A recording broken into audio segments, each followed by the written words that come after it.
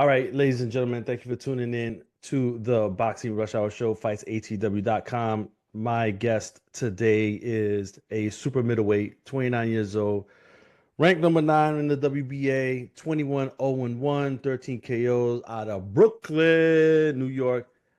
His name is Junior Younan. What's going on?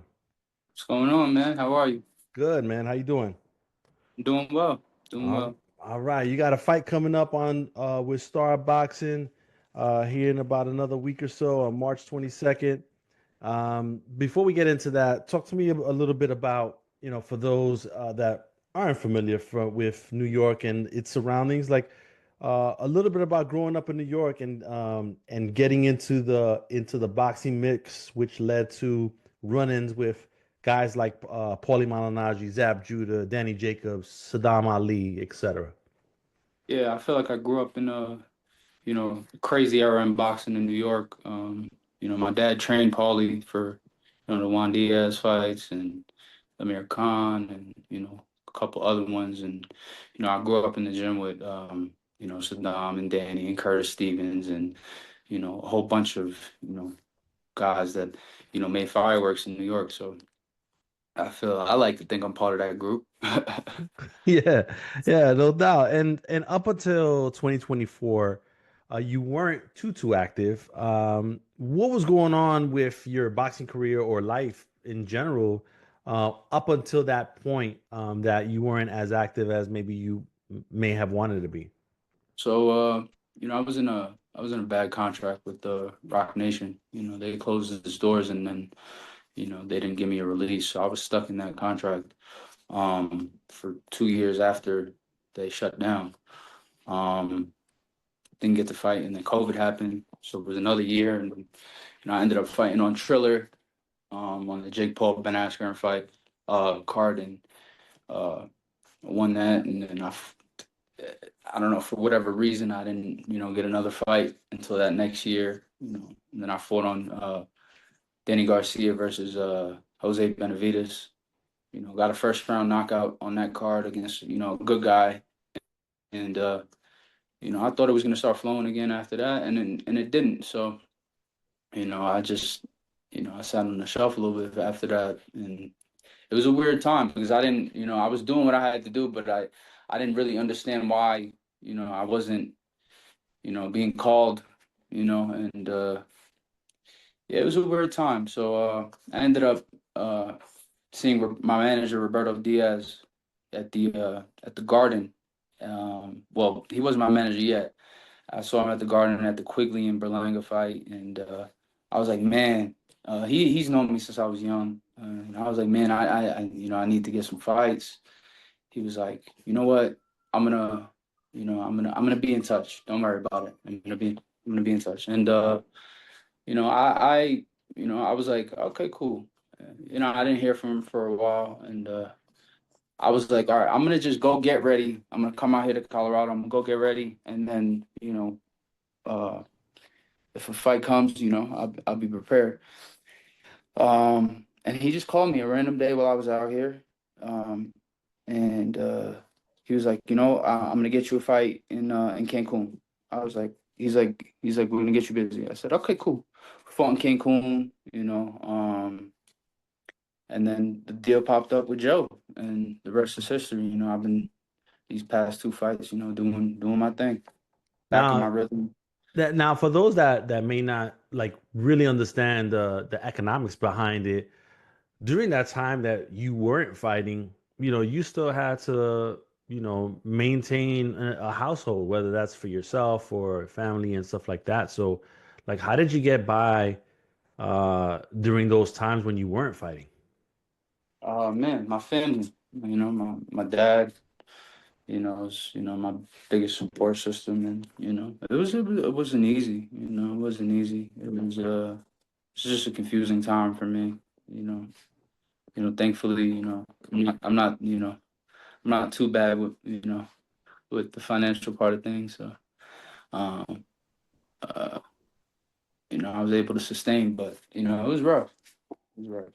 Okay, all right. And then so you linked up with Joe Deguardia, Star Boxing, May 2024. is what it looks like.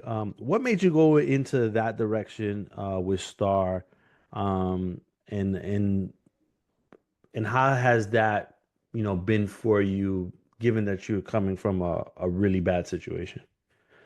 Well, I first I put into consideration that I would be busy again. A lot of times, a lot of these big promoters, they don't you don't see your really good guys, fight too often. You know what I mean? Just because of dates and TV and all that stuff. So I just knew that I'd be active again, and that was what was most important to me.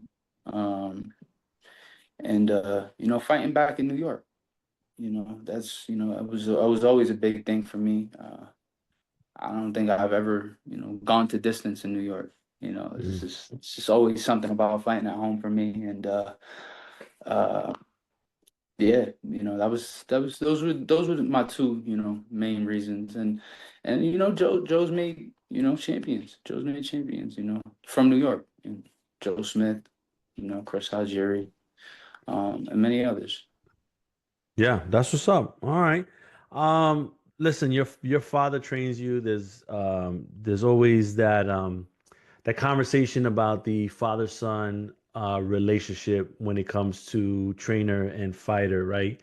How is your situation with your father, um, being the trainer, fighter, and father-son situation?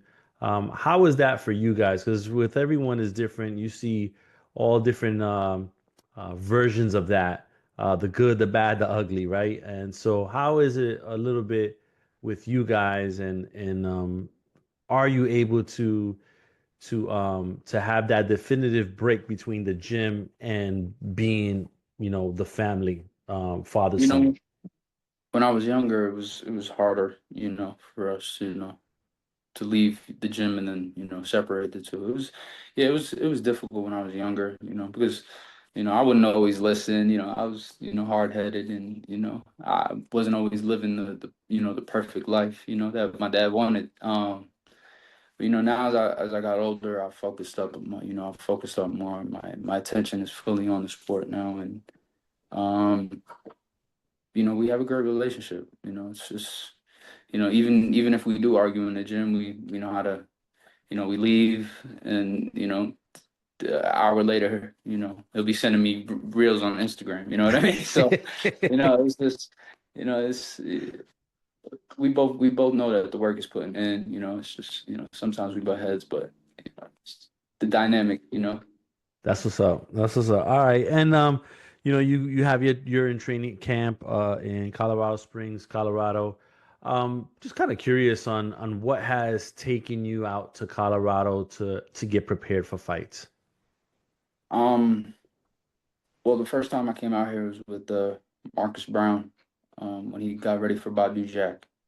And I saw the blueprint, and I knew that it was the right thing to do when you're getting to this point. You got to sacrifice and be away. As much as people think they can train at home and stay focused and shit, but you got to sacrifice, man. It's not about staying in your comfort zone. And you know I have a really good team out here. My strength and conditioning coach, General Lee, um, my PT, Mac. I just got a great, system out here, and it's been working. The altitude is, crazy. So, Yeah. I come down in great shape, and I'm excited, man. A lot of work's been put in this past year and a half. Yeah, the altitude is real. I remember going to Colorado for the first time and I stepped out of the airport and I walked for like 20 feet and I was out of breath. It's real. Yeah. Springs, yeah, the Springs is a special place. It's the Olympic City. They have the Yeah. Olympic Center out here. And then we go up to Pikes Peak, which is even crazier. 11,000 feet. So Wow. we, yeah, we be working out here, man. On March 22nd, you're going to be fighting Abel Mina, um, Star Boxing Rock and Fight 50 event. One of the notable names on his record is a split decision loss to Damian Sosa in 2021.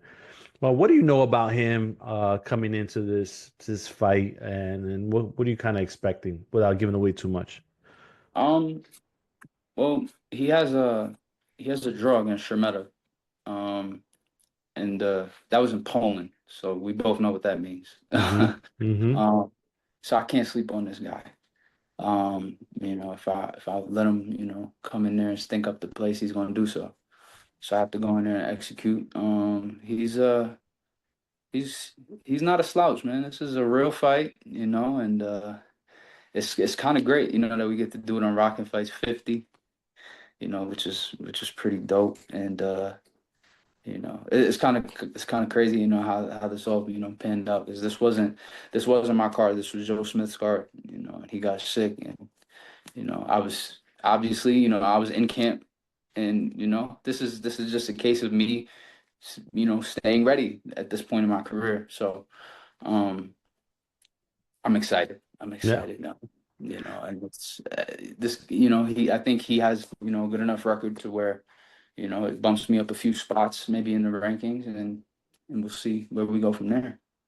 All right. And then what message you want to send out to the fans who are going to be there in attendance or who are going to be watching it? I think Star they have the streaming on their website going on. They have like Star TV or Starboxing, yeah, yeah. starboxing.tv. Yeah.